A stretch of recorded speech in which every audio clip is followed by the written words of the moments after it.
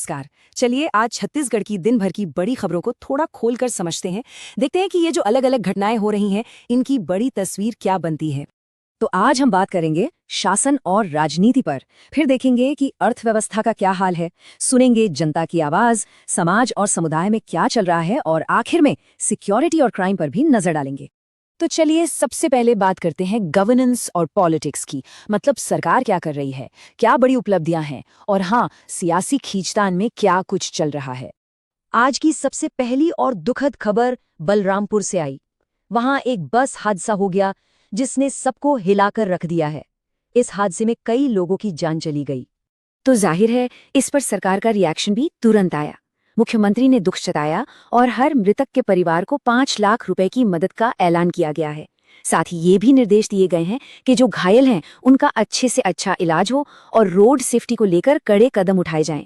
अच्छा, अब एक तरफ ये हादसा हुआ तो दूसरी तरफ एडमिनिस्ट्रेशन के लेवल पे भी काफी कुछ चल रहा है। देखिए, स्टेट इलेक्शन कमीशन जो है वो 1000 से भी ज्यादा लोकल बॉडी बाय इलेक्शंस की तैयारी कर रहा है। उधर हाईकोर्ट ने भी जिलों पर नजर रखने के लिए पोर्टफोलियो जज अपॉइंट किए हैं। और इन सब के बीच पॉलिटिक्स भी गर्म है। बीजेपी वोटर रजिस्ट्रेशन में गड़बड़ी के आरोप लगा रही है। अब इन सब चुनौतियों के बीच छत्तीसगढ़ के लिए एक अच्छी खबर भी है, एक बड़ी उपलब्धि। प्रधानमंत्री फसल बीमा योजना को लागू करने के मामले में छत्तीसगढ़ को पूरे देश में बेस्ट स्टेट का अवार्ड मिला है। ये एग्रीकल्चर डिपार्टमेंट के लिए वाकई एक बड़ा सम्मान है। हालांकि देखने वाली बात यह होगी कि इस अवार्ड का जमीन पर जो किसान परेशान हैं उन पर कितना असर पड़ता है। चलिए अब पॉलिटिक्स से आगे बढ़ते हैं और नजर डालते हैं इकोनॉमी पर। देखेंगे कि खेतों से लेकर कॉर्पोरेट गलियारों तक क्या चल रहा है। तो इकोनॉमी में सबसे पहले बात किसानों की ही कर लेते हैं। धान खरीदी का जो मामला है वो गर्माता जा रहा है। देखिए, डेडलाइन खत्म होने में सिर्फ 8 दिन बचे हैं और बहुत से किसानों को टोकन ही नहीं मिल पा रहे। जाहिर है उनमें गुस्सा है, नाराजगी है। बात यहां तक पहुंच गई है कि एक एमएलए ने चेतावनी दे दी है कि अगर पूरी खरीदी नहीं हुई तो आंदोलन होगा। इकोनॉमी की तस्वीर भी एक सिक्के के दो पहलुओं जैसी है। एक तरफ तो अच्छी खबर है कि गोवा के साथ ट्रेड और इन्वेस्टमेंट बढ़ाने के लिए एक एमओयू साइन हुआ है जिससे नए रास्ते खुलेंगे। लेकिन दूसरी तरफ प्रशासन का डंडा भी चल रहा है। गड़बड़ियों की वजह से 16 राइस और पोहा मिलों पर ताला लगा दिया गया है, उन्हें सील कर दिया गया है।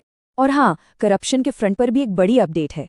जो सीजीएमएस प्रोक्योरमेंट स्कैम चल रहा है उसमें 3 और लोगों को गिरफ्तार किया गया है। मामला बहुत बड़ा है।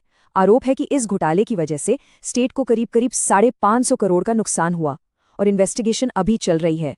तो सरकार और इकोनॉमी के बाद अब बात करते हैं उन लोगों की जिनकी आवाज सबसे जरूरी है, यानी जनता की। चलिए देखते हैं कि लोग सड़कों पर क्यों हैं, उनकी मांगे क्या हैं। देखिए, राज्य में प्रोटेस्ट का सिलसिला थमा नहीं है। जो मिड डे मील बनाने वाले रसोइये हैं वो 22 दिनों से अपनी सैलरी बढ़ाने की मांग कर रहे हैं। डी.एड किए हुए कैंडिडेट्स जो टीचर बनना चाहते हैं वो 27 दिनों से अपनी नियुक्ति के लिए लड़ रहे हैं। और अब तो हेल्थ वर्कर्स भी अपने डिस्ट्रिक्ट प्रेसिडेंट के सस्पेंशन के खिलाफ प्रोटेस्ट पर उतर आए हैं। तो ये तो हुई विरोध की बात। अब जरा ये भी देखते हैं कि समाज और कम्युनिटी लेवल पर क्या कुछ अच्छा और अलग हो रहा है। एक बहुत अच्छी और पॉजिटिव खबर है, सरकार ने चरण पादुका योजना फिर से शुरू कर दी है। इसका सीधा सीधा फायदा 12 लाख से ज्यादा महिला तेंदुपत्ता संग्राहकों को मिलने वाला है। ये सोशल सिक्योरिटी के लिहाज से एक बहुत बड़ा कदम है।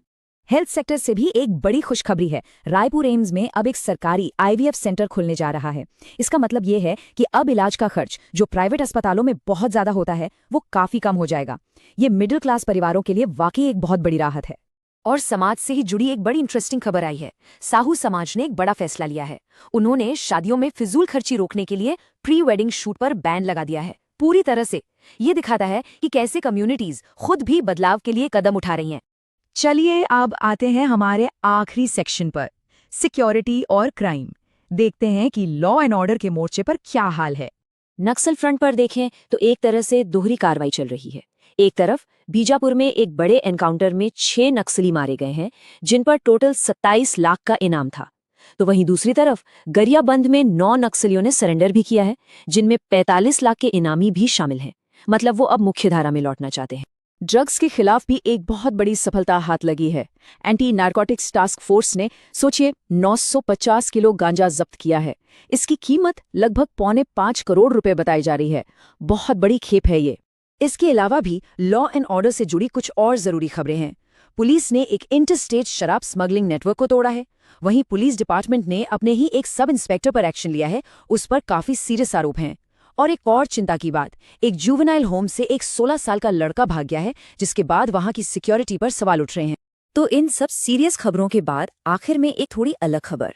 रायपुर एक बड़े स्पोर्ट्स इवेंट के लिए तैयार हो रहा है।